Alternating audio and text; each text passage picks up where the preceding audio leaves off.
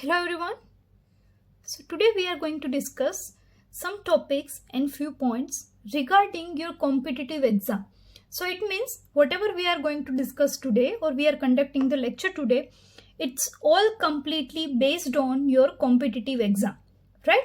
So these are not some topics which are from your textbook, but these are the detailed topics of your textbook topics, right? So आज हम बात करेंगे कुछ detailing में topics के बारे में.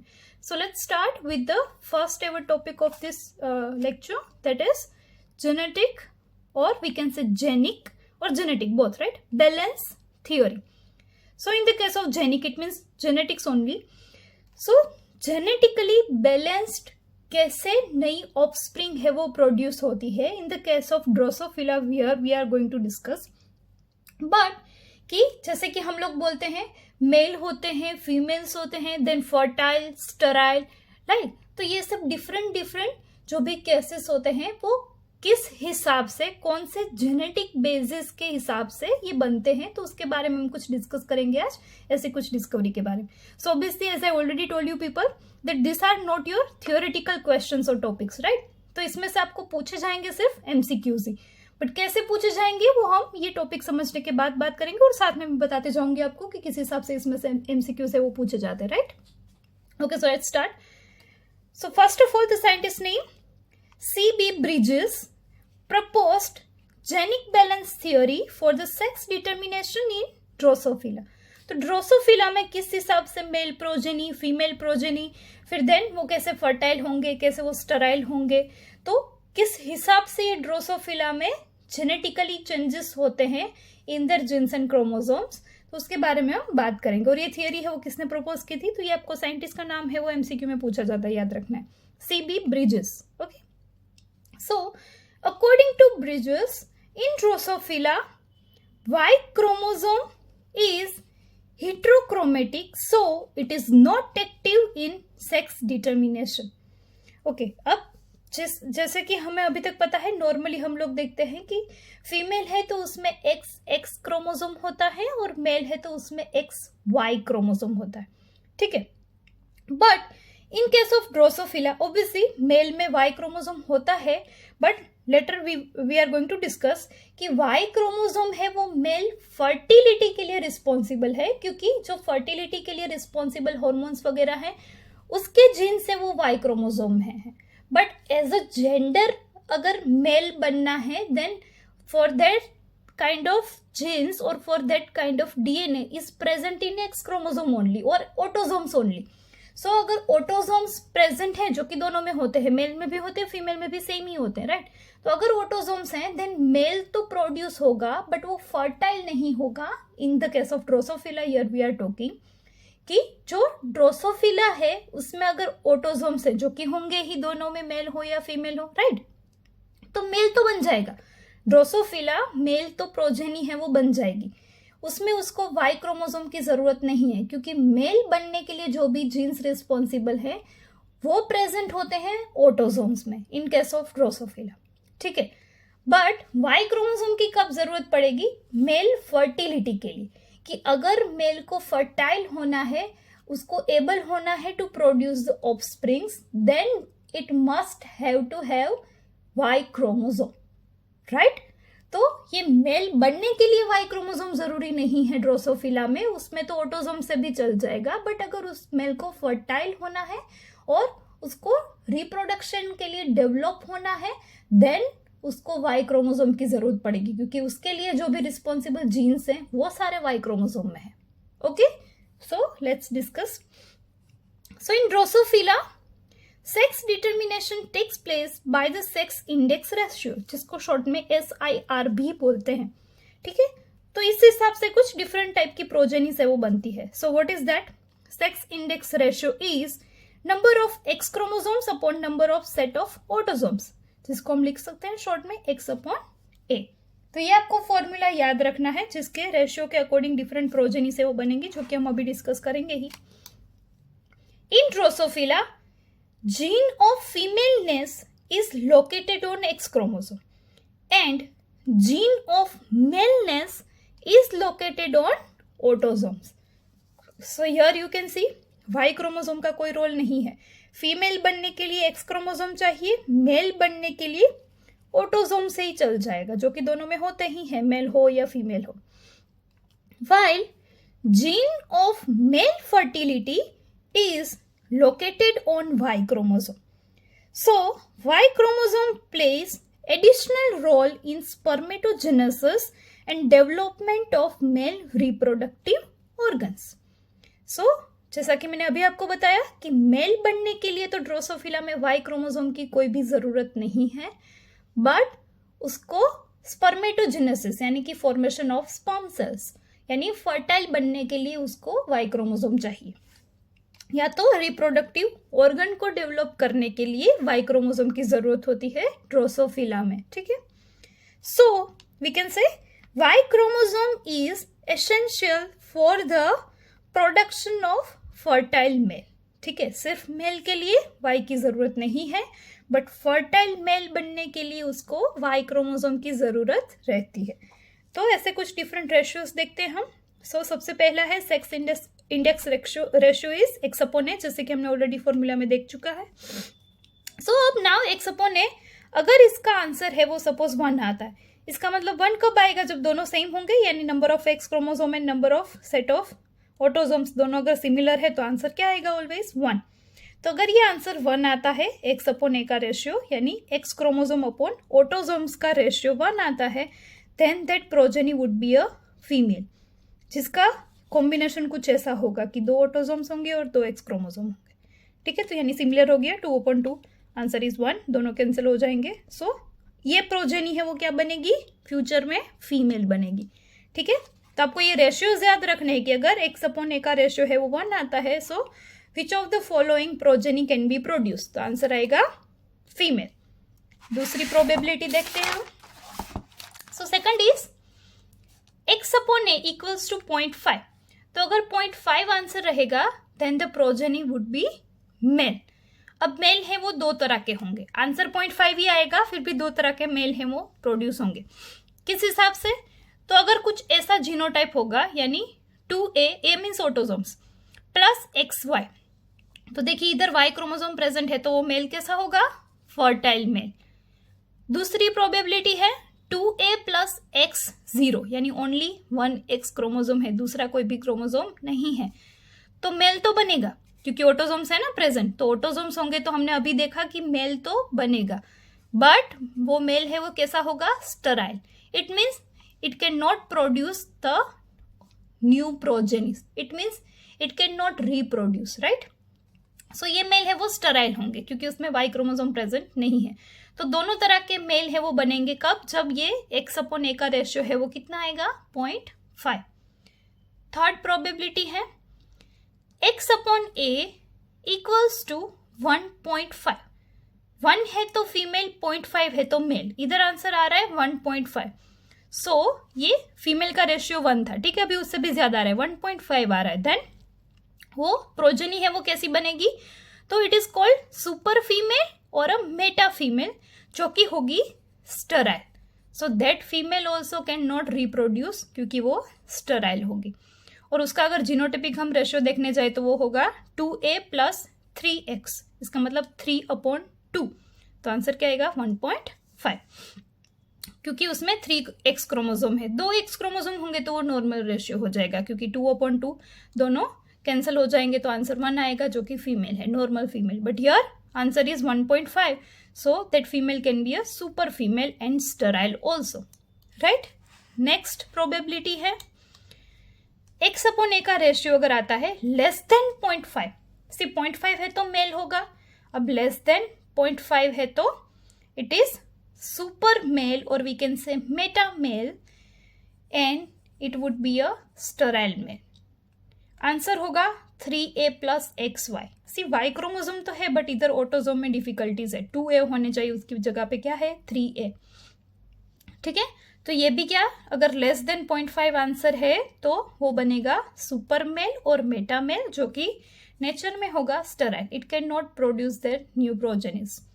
And the last probability is x upon A ratio is in between 0.5 to 1, यानी 0.5 है तो मेल होगा, 1 है तो फीमेल होगी। अगर इन दोनों के बीच का कोई भी रेशियो आता है then it would be a intersex sterile progeny, जिसके कुछ जीनोटाइप इस तरह से होंगे 3A + XX। ठीक है, XX है तो फीमेल होने चाहिए, बट इधर ऑटोसोम्स में अगेन प्रॉब्लम है, it is 3A not 2A, right. So it would be a intersex sterile, यानी it can not be a fully male और नॉट अ फुल्ली फीमेल। ठीक है, सो इंटरसेक्स होगा ये, जो इसका रेशियो होगा 0.5 to 1 के बीच में। ठीक है, तो इस हिसाब से ये थियोरी में हमने देखा कि X/A का रेशियो यानी उसका जीनोटाइप है वो कैसा है, उसकी फ्रीक्वेंसी के बेसिस पे ड्रोसोफिला में नई प्रोजेनी है उसका जेंडर है वो डिसाइड होता है, and their fertility also decide by this ratios. ठीक है, तो ये रेशियो है वो आपको एमसीक्यू में डायरेक्टली पूछे जाते हैं, जो कि आपको याद रखना है। आइदर और आपको ऐसे भी पूछ सकते हैं कि सुपर मेल में रेशियो है वो क्या होता है X/A का, और आपको रेशियो देके पूछ सकते हैं कि प्रोजेनी है वो कैसी होगी। ठीक है, तो इन दोनों तरीके से आपको इस पॉइंट्स को याद रखना है, सारी प्रोबेबिलिटीज को याद रखना है। ओके, नेक्स्ट टॉपिक देखते हैं।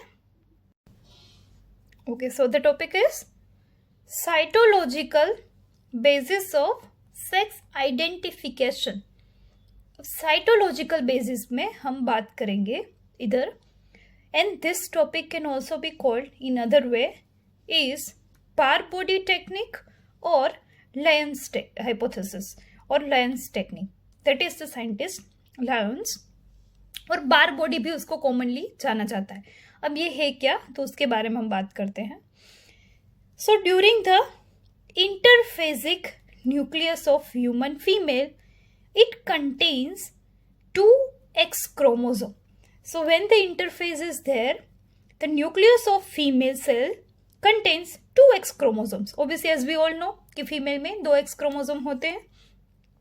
Out of this 2, 1 X chromosome becomes heterochromatin and the other X chromosome becomes euchromatin. अभी heterochromatin and euchromatin क्या है? So while studied packaging, DNA packaging, right, in our earlier lectures like second or third lecture maybe, at that time we had already discussed that what is euchromatin, what is heterochromatin in the form of difference. मैंने ये difference एक आपको समझाया था, ठीक है? अगर अभी याद नहीं है then you can again revise it. So these are the forms of packaged DNA जो कि न्यूक्लियस में प्रेजेंट होते हैं। By staining we can differentiate them, one है वो डार्क स्टेन होगा, अदर है वो लाइट स्टेन होगा, राइट, लाइट रंग आएगा उसमें, जिसको बोलते हैं लाइट स्टेनिंग। तो ये उसके स्टेनिंग के हिसाब से हम दोनों को डिफरेंशिएट कर सकते हैं, whether which one is heterochromatin, act as a heterochromatin, और which one is act as a euchromatin. So by staining X heterochromatin appears as a dense body which is called bar body.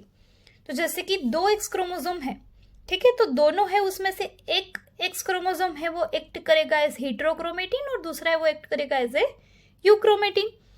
तो उन दोनों में से जो भी हेटेरोक्रोमेटिन की तरह एक्ट करेगा, इट मीन्स उसका स्टेन है वो डेंस होगा, डार्क होगा, जिसको हम बोलेंगे बार बॉडी, जिसका दूसरा नाम भी है, हम उसको बोल सकते हैं फैकल्टेटिव हेटेरोक्रोमेटिन।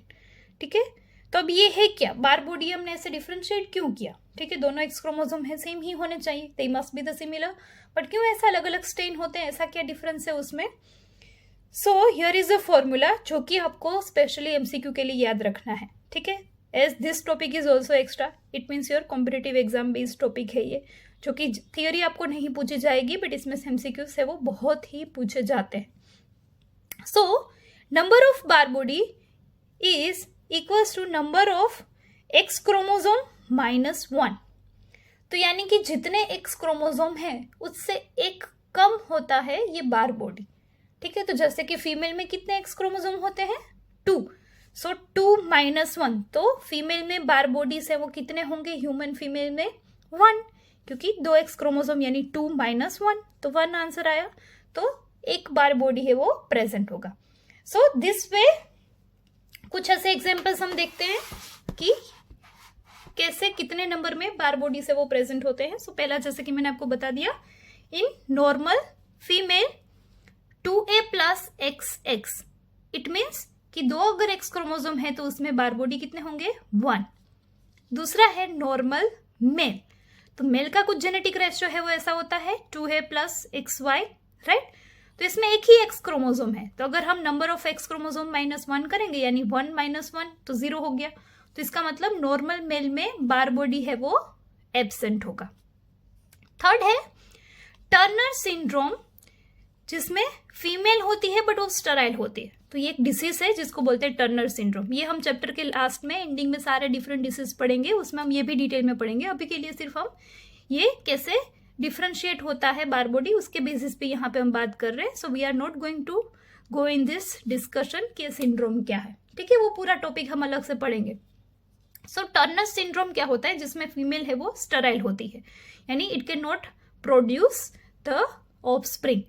तो जिसका कुछ जीनोटाइप ऐसे होता है 2a प्लस X0, दूसरा एक्स क्रोमोसोम है वो मिसिंग होता है। तो इसका मतलब इसमें भी बार बॉडी है वो क्या होंगे, एब्सेंट होंगे, क्योंकि 1 - 1 तो 0 हो गया।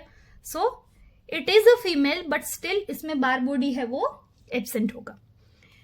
नेक्स्ट है क्लेनफिल्टर सिंड्रोम, ये भी एक डिसीज है जिसमें मेल होते हैं स्टराइल, ठीक है, जिसका जीनोटाइप कुछ होता है 2a प्लस XXY। तो नॉर्मल मेल है तो सिर्फ XY होना चाहिए, बट इधर 1 मोर एक्स क्रोमोसोम इज प्रेजेंट। इस सिंड्रोम के बारे में भी हम लेटर ऑन बात करेंगे जब हम सारे डिसीज एक साथ पढ़ेंगे।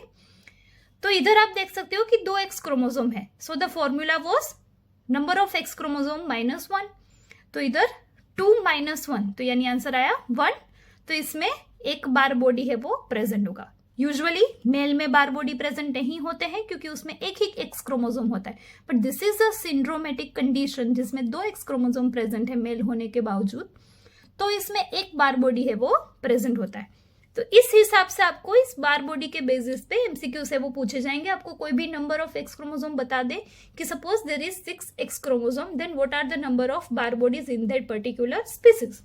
तो अगर 6 एक्स क्रोमोसोम है तो बार बॉडी कितने होंगे, 6 - 1 तो 5, ठीक है। तो इस हिसाब से आपको कुछ भी दे, आंसर है वो आपको उस फॉर्मूला के बेसिस पे देना है। ओके, नेक्स्ट बात करते हैं drum stick which occurs in blood of female of mammals is also a type of bar body। Drum stick ये क्या है, अभी मैं आपको इमेजेस में दिखाती हूँ। मोस्टली ये न्यूट्रोफिल्स में, यानी जो कि ब्लड सेल्स हैं हमारे, उसमें ऐसे ये स्टिक काइंड ऑफ स्ट्रक्चर है वो न्यूक्लियस के ऊपर थोड़ा एंटेना जैसे स्टिक काइंड ऑफ स्ट्रक्चर है वो प्रेजेंट होता है। That is also one kind of bar body, ऐसा पाया गया है, ठीक है। Drum stick is absent in neutrophils of male.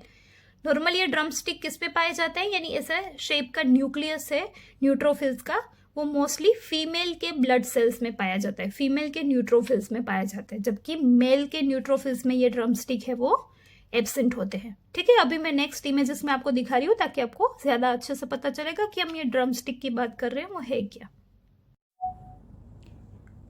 Okay, so students, जैसे कि आप लोग ये न्यूट्रोफिल्स में डायग्राम देख रहे हो, तो न्यूट्रोफिल्स जो सेल्स है हमारे ब्लड सेल्स है, उसके ये जो अंदर आप वायलेट कलर का ये न्यूक्लियस देख रहे हो, तो उसका शेप है वो कुछ इस हिसाब से है कि जैसे कि आपको एंड में ऐसे स्टिक जैसा पार्ट है वो देखने को मिल रहा है, ठीक है। तो ये जो लंबा सा पार्ट दिख रहा है हमें, that is called drum stick, जो कि न्यूक्लियस का ही कुछ एक्सटेंशन है, कोई नई कोई भी कुछ चीज़ें नहीं है। तो इस हिसाब से अगर कुछ न्यूट्रोफिल्स के अंदर न्यूक्लियस में चेंजेस होते हैं, जैसे हम बोलते हैं ड्रम स्टिक, तो वो भी वन काइंड ऑफ क्या है, बार बॉडी ही है, ठीक है। ऐसा रिसर्च के थ्रू पाया गया है। नेक्स्ट है जो कि हमने बात की थी कि ये जो ड्रम स्टिक है वो मोस्टली फीमेल में ही पाए जाते हैं, मेल न्यूट्रोफिल्स में नहीं पाए जाते हैं। सो जैसे कि ड्रम स्टिक की अगर हम मॉर्फोलॉजी यानी उसके अपीयरेंस के बारे में हम बात करें, तो उसका शेप है वो न्यूक्लियर अपेंडेजेस का ±1 और 5 माइक्रोमीटर जितना होता है उसका डायमीटर, ठीक है। And that is attached to the nucleus by a filament. तो जैसे कि इधर भी आप डायग्राम में एंड में ये पॉइंट देख रहे हो जो है क्या, ड्रम स्टिक, ठीक है। And it is inactive x chromosome of the female. Okay, तो ये न्यूट्रोफिल्स की बात हो रही है। देन ये कहाँ पे पाए जाते हैं, तो पहला तो हमें पता ही है कि न्यूट्रोफिल्स ऑफ फीमेल्स। दूसरा है मेल्स विथ क्लेनफिल्टर सिंड्रोम, क्यों, जो कि हमने अभी बात की थी कि उसमें XXY होता है, मेल ही है बट उसमें 2 X क्रोमोसोम है, तो इसका मतलब एक X क्रोमोसोम है वो ज़्यादा है, इसका मतलब एक बार बॉडी प्रेजेंट होता है। सो मेल होंगे ऐसे जो कि जिसको क्लेनफिल्टर सिंड्रोम है, स्टेराइल होंगे। वैसे मेल्स में भी ये बार बॉडी है यानी ड्रम स्टिक है वो पाए जाते हैं। Clear? So this is all about drum stick, जो कि होते हैं सेल के न्यूक्लियस के एक्सटेंशन के तौर पे और न्यूट्रोफिल्स में पाए जाते हैं। नॉर्मली फीमेल्स में तो होते ही हैं क्योंकि उसमें 2 X क्रोमोसोम होते हैं, but in case of male ऐसे मेल्स जिसको कि क्लेनफिल्टर सिंड्रोम है और जिसका जीनोटाइप कुछ XXY है, तो उनमें भी ये पाया जाता है, इसका मतलब उनमें भी एक बार बॉडी प्रेजेंट होता है। ओके ओके, सो अब हम नेक्स्ट टॉपिक के बारे में बात करते हैं, और जो कि है हमारा आज का last topic, which is human genetics. Again इसमें से आपको कुछ लाइंस, कुछ वर्ड्स हैं वो याद रखने, ये पूरी theory as it is, theory का क्वेश्चन नहीं आएगा आपको, उसमें से MCQs बेस्ड क्वेश्चन है और पिकअप लाइन से वो आपको याद रखनी है, ठीक है। So the study of genetic characters and aspects like genetic improvements among humans are included in human genetics and this is also known as eugenesis। तो पहला तो ये ह्यूमन जेनेटिक्स है क्या, तो human genetics means what, where we are going to study some characteristics, genetic characteristics, कि कैसे कुछ कैरेक्टर से वो इनहेरिट होते हैं हम में फ्रॉम आवर पेरेंट, और किस हिसाब से ये वेरिएशन से वो आते हैं इन ह्यूमंस, ठीक है। अब अभी हम इधर ह्यूमन जेनेटिक्स के बारे में बात कर रहे हैं, so here we are talking only about the humans, not other species. तो उसे बोलते हैं human genetics. Same way genetics in general हम किसे बोलेंगे, तो different studies of characters in different type of species. Here specifically we are going to discuss about human, so here we are going to use the term human, okay, otherwise it is same, but this is also known as eugenesis. ये याद रखना है आपको, human genetics को और क्या बोला जाता है। तो ये टर्म है वो कहाँ से डिराइव हुआ, सो यूजेनिक्स और यूजेनेसिस और यूजेनिक्स प्रोसेस है, उसको यूजेनेसिस बोलते हैं, और वर्ड है यूजेनिक्स। तो eugenics is a term derived from Greek language called eugenes, ठीक है। यूजेनिक्स कहाँ से आया है ये वर्ड, ग्रीक में से, ग्रीक लैंग्वेज में से, और उसका मीनिंग क्या होता है, well born. So as you all know कि ह्यूमन है वो सुपीरियर एडवांस्ड एनिमल है ना, with the higher IQs and developed brain. So we are more smart, more intelligent than the other animals. So उसे बोला जाता है वेल बोर्न, जिसका मीनिंग होता है यूजेनिक्स, ठीक है। बोला जाता है जेनेटिक स्टडी को यूजेनिक्स, बट ये टर्म कहाँ से आया, ग्रीक लैंग्वेज का जो वर्ड होता है यूजेनेस मीनिंग, ठीक है, उसका होता है वेल बोर्न। ओके, तो ये भी MCQ के लिए याद रखना है आपको अगर पूछे जाए तो। ये अब आपको ध्यान से याद रखना है कि किसने सबसे पहले इसके बारे में स्टडी की थी। So first of all sir Francis Galton in 1883 proposed the idea of improvement in human species through change in hereditary characters in a scientific manner and named it eugenics। तो ये सबसे पहले सर फ्रांसिस गैल्टन थे जिन्होंने इस बारे में कुछ आइडिया दिया, इस बारे में कुछ बातें की और उनको नाम दिया यूजेनिक्स, ठीक है। Because of this sir Francis Galton is known as father of eugenics. तो यूजेनिक्स के फादर है वो किसे बोला जाता है, फ्रांसिस गैल्टन, जिन्होंने ये सबसे पहले हमें आइडिया दिया था कि इस हिसाब से कुछ चेंजेस है वो पाए जाते हैं ह्यूमन की, स्पेशली इधर हम बात कर रहे हैं, ठीक है। मेंडल ने जो जेनेटिक्स के एक्सपेरिमेंट किए थे वो पी प्लांट पे किए थे और उसको तो फादर ऑफ जेनेटिक्स बोला जाता है। बट जेनेटिक्स में भी स्पेसिफिकली हम ह्यूमन जेनेटिक्स की बात करें, ह्यूमन पे एक्सपेरिमेंट्स की बात करें, तो वो सबसे पहले शुरू किया था सर फ्रांसिस गैल्टन ने। क्लियर? तो ये आपको कंफ्यूजन ना हो, याद रखना है आपको कि जेनेटिक्स है उसका, उसके जो फादर हैं वो है मेंडल, ठीक है। बट ह्यूमन जेनेटिक्स और यूजेनिक्स जिसको बोला जाता है वो कौन है father of eugenics, Francis Galton. To find out various facts Scientists have to perform a number of experiments, but it is not possible to do so in humans, right? तो human के बारे में अगर स्टडी करनी है तो obviously human के ऊपर ही एक्सपेरिमेंट करने पड़ेंगे, but it is not easy, है ना. ह्यूमंस के लिए ये एक्सपेरिमेंट्स हैं, ह्यूमन पे एक्सपेरिमेंट्स करना विच इज़ नॉट ईजी, क्योंकि ऐसे कोई रेंडमली रेडी भी नहीं होगा अपने ऊपर एक्सपेरिमेंट्स करने देने के लिए. और सम एक्सपेरिमेंट्स आर लाइक दोस्त की जो कि जिंदा लोगों पे ही किए जाते हैं, है ना. मरने के बाद एक कुछ एक्सपेरिमेंट्स है वो पॉसिबल नहीं है, जैसे कि नेक्स्ट प्रोजेनी के बारे में स्टडी करना है, कुछ कैरेक्टर्स चेंज करके देखना है कि इसकी नई जनरेशन है वो कैसी आएगी, तो वो तो जिंदा हो तभी पॉसिबल है. तो जिंदा कोई अपने आप पे एक्सपेरिमेंट करने नहीं देगा, तो that is very difficult to study human genetics as it requires the experiments on the humans. तो ये थोड़ा टफ होता है. तो कुछ प्रोज एंड कॉन्स हम बात करते हैं उसके कि किस हिसाब से ये यूजेनिक्स है उसमें प्रॉब्लम है वो आता है mostly. So the following problems are faced in the studying human genetics. कौन से हैं तो देखते हैं. टोटल 6 प्रॉब्लम्स हैं, 6 डिफिकल्टीज है ह्यूमन जेनेटिक्स को स्टडी करने की. जिसका पहला पॉइंट है cells of human body are relatively smaller and the number of chromosomes present in them is more. तो हमारे बॉडी के जो सेल्स हैं वो छोटे होते हैं साइज में, बट उसके अंदर आप क्रोमोसोम देखने जाओ तो बहुत ही ज्यादा है कंपेयर टू दैट साइज. कैसे तो हमें पता है टोटल 46 क्रोमोसोम हमारे सेल में प्रेजेंट होते हैं, which is a huge number. जो कि अगर हम सेल की साइज कंपेयर, उस सेल में भी न्यूक्लियस की साइज हम कंपेयर करने चाहिए, क्योंकि न्यूक्लियस में होते हैं क्रोमोसोम, राइट. तो इसका क्या मतलब है कि स्टडी करना थोड़ा डिफिकल्ट है, क्योंकि बहुत ही माइक्रोस्कोपिक साइज होती है. नेक्स्ट है it is not possible to perform various experiments on humans in the laboratory. दूसरा पॉइंट क्या है जो कि मैंने आपको पहले ही बात की थी कि ह्यूमन पे लेबोरेटरी में एक्सपेरिमेंट करना that is next to impossible, है ना, वो इतना इजी नहीं है. Third, due to greater life span of humans a lot of time is required to study their genetic characteristics. इसका मतलब जैसे कि मेंडल ने पी प्लांट पे एक्सपेरिमेंट किए थे. क्यों किए थे? क्योंकि ये ऐसा प्लांट है जो कि 2-3 महीने में पूरा डेवलप होके, यानी सीड में से पूरा डेवलप प्लांट बन के उसके सीड से वो आने लगते हैं, फ्रूट्स आने लगते हैं. ठीक है, तो उससे हम स्टडी कर सकते हैं कि कुछ जेनेटिक वेरिएशंस हमने किए तो किस तरह के फ्रूट से वो आए. ठीक है, जैसे कि फिर ड्रोसोफिला पे एक्सपेरिमेंट्स हुए थे, तो उस पर भी क्यों हुए थे? क्योंकि उसकी लाइफ स्पैन है वो जस्ट 20 डेज है, यानी 20 दिनों में ये एक जनरेशन खत्म हो जाती है, दूसरी आ जाती है.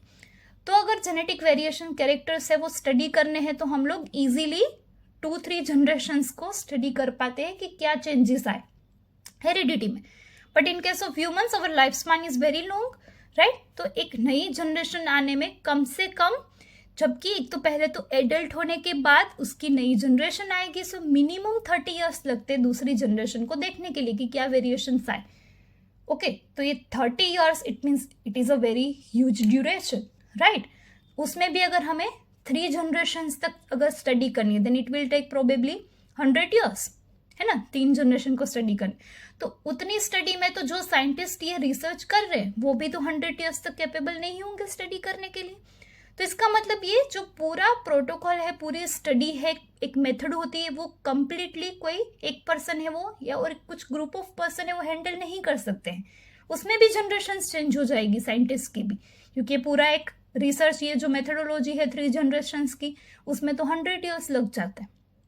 ठीक है, तो that way also life span की वजह से भी ये थोड़ा डिफिकल्ट है ह्यूमन पे स्टडी करना कैरेक्टरिस्टिक्स को और जेनेटिक्स को स्पेशली. फोर्थ है rate of reproduction is slow in humans. So जैसे कि हमने देखा था कि इन सब एनिमल्स वगैरह में एक साथ, और प्लांट की भी अगर हम बात करें, एक साथ बहुत सारे सीड्स है वो बनते हैं. कुछ एनिमल्स हैं जिसमें एक साथ बहुत सारी प्रोजेनिस बनती है, तो हम देख सकते हैं वेरिएशंस की कितने तरह की प्रोजेनी है वो देखने को मिली. जबकि ह्यूमंस में रेट ऑफ रिप्रोडक्शन है वो बहुत स्लो होता है, यानी एक साथ मोस्टली एक ही चाइल्ड है वो उसका बर्थ होता है. रेयरली 2 एंड ट्विंस जिसको हम बोलते हैं 3 and 4 are very very rare, right. और उसमें भी फिर नेक्स्ट जनरेशन और ये सब स्टडी करना, तो ये डिफरेंट कैरेक्टरिस्टिक्स है वो हम इजीली नहीं स्टडी कर पाते, क्योंकि रेट ऑफ रिप्रोडक्शन भी बहुत कम होता है. और पूरे एक लाइफ स्पैन में maximumly nowadays females can reproduce and give birth to a maximum 3 to 4 child. तो इस हिसाब से भी अगर हम सिंगल चाइल्ड भी देखने को जाए तो भी 3-4 चाइल्ड यानी 3-4 प्रोजेनिस है उसको स्टडी कर पाएंगे। तो डिफरेंट कैरेक्टरिस्टिक्स को स्टडी करने के लिए बहुत सारे नंबर ऑफ प्रोजेनिस चाहिए जिसमें हम वेरिएशंस फाइंड कर पाए, बट ऐसा भी पॉसिबल नहीं है ह्यूमन के केस में। फिफ्थ है individuals of human species are generally heterozygous for various characters and it is very difficult to find homozygous individuals। जैसे कि आप लोगों ने देखे होंगे जेनेटिक्स के हमने जितने भी मोनोहाइब्रिड डाईहाइब्रिड एक्सपेरिमेंट्स किए उसमें हम एज ए पेरेंटल कॉम्बिनेशन लेते थे होमोजाइगस, यानी दोनों सिमिलर, इधर दोनों डोमिनेंट कैरेक्टर वाले हम लेते थे या तो दोनों रेसेसिव, यानी एक पेरेंट हम लेते थे जिसमें दोनों डोमिनेंट कैरेक्टर हो, या तो सिंगल कैरेक्टर अगर स्टडी करे तो वो भी उसके एलील्स भी डोमिनेंट हो, दूसरे में दोनों रेसेसिव, यानी दोनों सिमिलर है तो वो हुए होमोजाइगस। तो पेरेंट ऑलवेज हम होमोजाइगस लेते थे, फिर उसकी प्रोजेनी है वो स्टडी करते थे। But in case of humans सारे कैरेक्टर से उसके एलील से वो हम में कैसे होते हैं हेट्रोजाइगस, यानी डिफरेंट है, वन डोमिनेंट है वन रेसेसिव है। तो ऐसे पेरेंट अगर हम लेंगे तो वो प्योर पेरेंट है वो नहीं कहे जाते, जैसे कि हमने अभी तक एक्सपेरिमेंट में देखा है पेरेंटल कॉम्बिनेशन हम लोग प्योर लेते थे, one is fully dominant another is fully recessive, ठीक है। बट ऐसा ह्यूमन के केस में पॉसिबल नहीं है क्योंकि ह्यूमन से मोस्टली उनके सारे कैरेक्टर से वो कैसे होते हैं हेट्रोजाइगस होते हैं, तो होमोजाइगस कैरेक्टर्स लेना इम्पॉसिबल है। And the last, due to controlled hybridization and long lived life among humans it is not possible to study many generations in easy way. तो जैसे कि मैंने ऑलरेडी आपको बताया कि अगर ज़्यादा जनरेशन्स तक हमें ये कैरेक्टरिस्टिक्स इनहेरिटेंस सब चेक करना है तो पॉसिबल नहीं है क्योंकि लाइफ स्पान है वो लंबी होती है। ओके, तो ये तो हो गई 6 पॉइंट डिफिकल्टीज की बात। इसमें से आपको एमसीक्यूज कैसे पूछेंगे, तो इसमें से आपको ऐसा आता है कोई भी 3 पॉसिबिलिटी सपोज सही दे और एक गलत दे और पूछा जाए आपको कि which of the following is not a difficulty in a human to study the human genetics. तो 3 डिफिकल्टीज देंगे, एक है वो नहीं होगी, तो वो आपको चूज करना है। आइदर 3 है वो डिफिकल्टीज ना हो, सिर्फ एक ही डिफिकल्टी इन 6 में से मेंशन की हो और आपको ऐसे पूछा जाए कि find out the which of the following is a difficulty found in the human genetic study, ठीक है। तो वो भी आपको एक डिफिकल्टी है वो देंगे, 3 है वो नहीं होगी, तो वो सिलेक्ट करना है। तो इस हिसाब से कुछ एमसीक्यू से वो आपको पूछे जाएंगे। ये बात की हमने डिफिकल्टीज की। अब 2-3 पॉइंट्स ऐसे भी हैं जो कि प्लस पॉइंट है ह्यूमन को स्टडी करने के लिए in the sense of genetics. So despite of about mention problems, humans are considered suitable for the genetical experiments due to their are 3 points. पहला है longer life span of humans and the abnormalities that require relatively long period to express themselves can be easily studied। तो अभी ऐसी एबनॉर्मैलिटीज जिसको show होने में time लगता है, ठीक है, तो ऐसी स्टडीज है वो हम ह्यूमन में कर सकते हैं क्योंकि उसकी लाइफ स्पैन लंबी है।